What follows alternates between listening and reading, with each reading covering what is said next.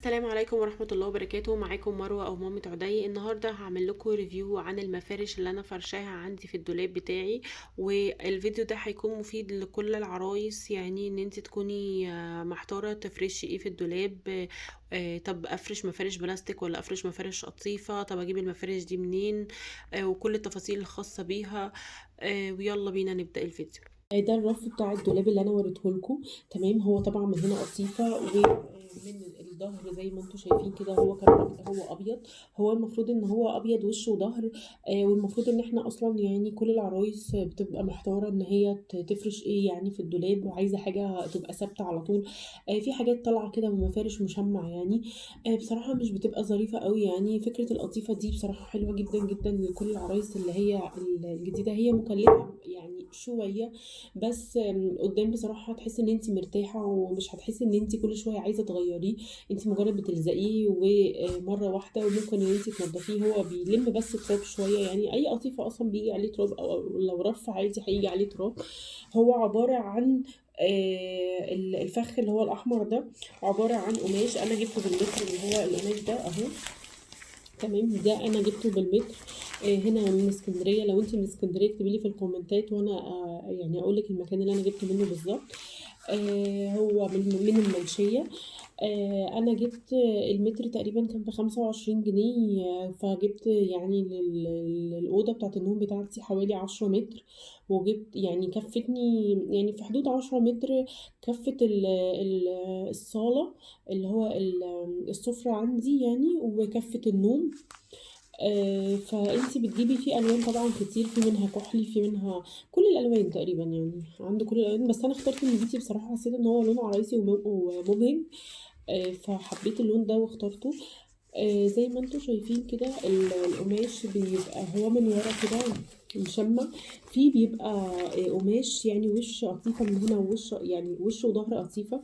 بس كده كده اصلا مش هتفرق معاكي وش وظهر القطيفة، لان الجزئية دي كده كده مش هتبان. فانتي يعني هتقفليها او هتلزقيها. ايه الحاجة اللي احنا ممكن نلزق بيها، او الادوات اللي احنا ممكن نستخدمها؟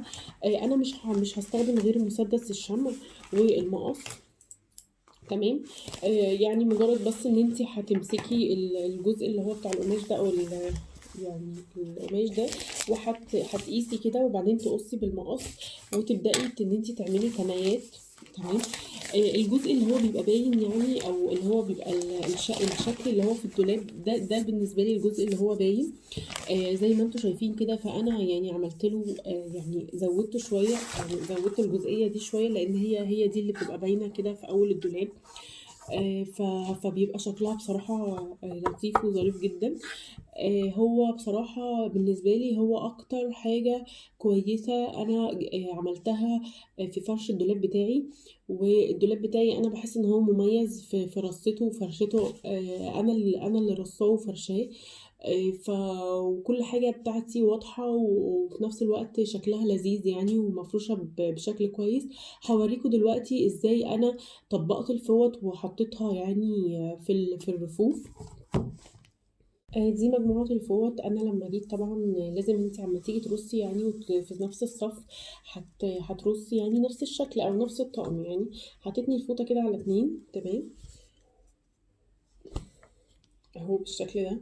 وتحاولي ان انت لو في اي حاجة تظبطيها كده. وبعدين تتني الجزء ده كده، وتلفي الجزئية اللي هي اللي تحت دي. طبعا انتي بتشوفيها على حسب يعني الطول اللي موجود عندك في الدولاب. وتتني الجزئيه دي كده تاني على 2. وتبداي ان انتي تلفي كده، يعني تقفلي كده وتبداي ان انتي تلفيها اهي. فهتبقى بالشكل ده. فانتي تحطي الفوطه كده بالشكل ده، فهتكون كويسه معاكي. يعني هو هنا في فتله زياده تقريبا. تمام. فانتي هتحطي الفوط كده معاكي بالشكل ده، فهتبقى كويسه وهتدي شكل بصراحه، يعني كأن الدولاب بتاعك عامل زي المحلات. يعني انت ممكن تجمعيهم. يعني انا هوريها لكم تاني. فوط اهي، نفس برضو الحاجه. بتنيها على 2 طبعا، وشها بره والجزء اللي هو الداخلي ده جوه بالشكل ده كده. تمام اهو. ولو في يعني اللي هو التيكيتات او حاجه، تحاولي ان انت تدخليها ما تبينهاش. وبعد كده باخدها، وبعدين اقفلها تاني، يعني اتنيها تانية كمان. بحاول اخليها كده قد بعض كده ومنمقه. تمام كده. وبعدين امسك بقى اسيب يعني الجزء اللي هو ده اللي هو الباين اللي هو فيه الرسمه زي ما انتم شايفين كده. فاجيبه كده. تمام. وبعدين ان انا اقعد الفه كده اهو، الف الفوطه كده عشان تبقى يعني هي تقريبا نفس لفه او اصغر شويه من اللفه اللي اصلا بيبقى الفوطه عليها في العلبه بتاعتها اهو. بصوا كده. تمام. يعني الرسمه من تحت والاتنين تقريبا قد بعض. بحط بقى نفس الفوط كده جنب بعض. يعني في فوطه كمان اهي، اخر واحده هعملها لكم برضو عشان تبقوا الدنيا تمام معاكم. اهي الفوطه اهي تمام. وباخدها كده على الاتنين واخلي الجزء اللي هو ده بره. تمام اللي هو باين يعني. واخدها تاني كده واتنيها تانية كمان. تمام. وبعدين اقفلها تاني كده اهو. وامسك الجزئيه دي اللي هي فيها الرسمه دي هتبقى كده تحت. وابدا الفها تاني. طبعا هي فيه كذا فكره. اهم حاجه بس مقاس الدولاب بتاعك زي ما انتم شايفين اهو كلهم جنب بعض. انا بحطهم كده وفي فوق طبعا بقيه الطقم تاني فبحطهم كده برصهم رصه كده يعني ايه جنب بعض كده بشكل حلو بصراحه. وبحط الفوط وراهم فبتدي شكل كويس جدا وبتبقى حلوه جدا معايا. وكل اللي جه وشاف يعني الدولاب بتاعي وانا عروسه بصراحه كان عاجبه. وانا الرصه بصراحه مريحاني لغايه دلوقتي ورصتي هي نفس الرصه اللي انا اتجوزت بيها. يعني انا لسه عشان انا اللي رصاها فانا لسه محافظه عليها ومحافظه على شكلها. دلوقتي برضو بعد ما اركب الرف وارص الفوط عليه. ده الرف اهو اللي انا كنت ماسكاه اللي انا كنت بصور لكم بيه اهو. تمام. هو بيتخلع يعني هو طبعا الرفوف كلها بتتخلع وتتفك. تمام. مفيش اي مشكله فيه. انتي هو الرف بيبقى طويل شويه. انتي طبعا مش هتحطي الفوط على الوش وتسيبي بقيه الرف فاضي. انتي بترصي الفوط زي ما انتي عايزه. زي ما انتوا شايفين كده انا كده رصيت الفوط يعني رصيت صفين من الفوط ورا وقدام منها. وبسيب الجزئيه دي ان انا ارص فيها اللي هو طقم الفوط اللي هي هتدي شكل من بره. فده برضو هيفيدك ان انتي بتستغلي المساحه. الفوط طبعا انا بكون يعني عاملاها وببدا ان انا ارصها واحده واحده زي ما انتوا شايفين كده اهو. تمام.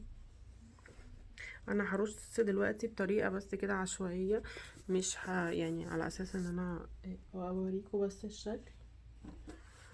تمام. مهم. ممكن لو انتي بترصي تحاولي تجيبي الالوان الفاتحه مع بعض والالوان الغامقه مع بعض. يعني مثلا لو ده افتح حاجه ممكن ناخده من هنا. ثانيه واحده.